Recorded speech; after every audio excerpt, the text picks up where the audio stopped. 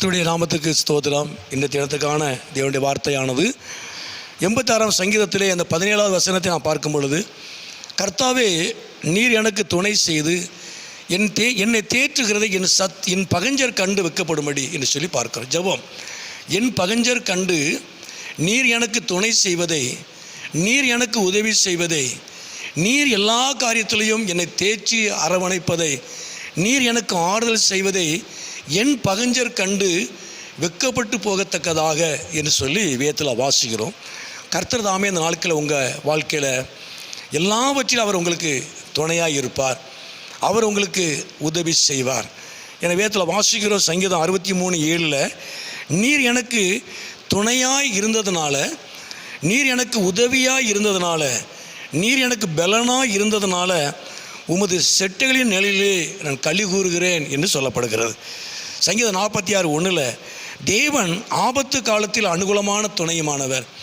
எவ்வளோ பெரிய பிரச்சனை, எவ்வளோ பெரிய போராட்டங்கள் இருந்தாலும் அவர் உங்களுக்கு துணையாக இருக்கிறவர், அவர் உங்களுக்கு உதவியாக இருக்கிறவர், அவர் உங்களுக்கு பலனாக இருக்கிறவர். அவர் உங்களை ஒவ்வொரு நாளும் ஒவ்வொரு காரியத்திலையும் அவர் உங்களை ஒரு தாய் தேற்றுவதைப் போல அவர் உங்களை ஒவ்வொரு நாளும் தேற்றி அரவணைத்து அவர் நடத்துவார், ஆறுதல் செய்வார். அது மாத்திரமல்ல, உங்களுடைய பகஞ்சர், உங்களுடைய சத்துருக்கள் கண்டு வெக்கப்பட்டு போகத்தக்கதாக, உங்களை பகைக்கிறவர்கள், உங்களை விரோதிக்கிறவர்கள், உங்களை அற்பமாக எண்ணக்கூடியவர்கள் கண்டு வெக்கப்பட்டு போக முடியும். எதை கண்டு? தேவன் உங்களுக்கு உதவி செய்வதை, தேவன் உங்களை ஆறுதல் படுத்துவதை உங்கள் சத்துருக்கள் கண்டு வெக்கப்பட்டு போகும்படியாய் கர்த்தர் உங்கள் வாழ்க்கையில் பெரிய காரியத்தை செய்வார். அவர் உங்களுக்கு உதவி செய்வார்.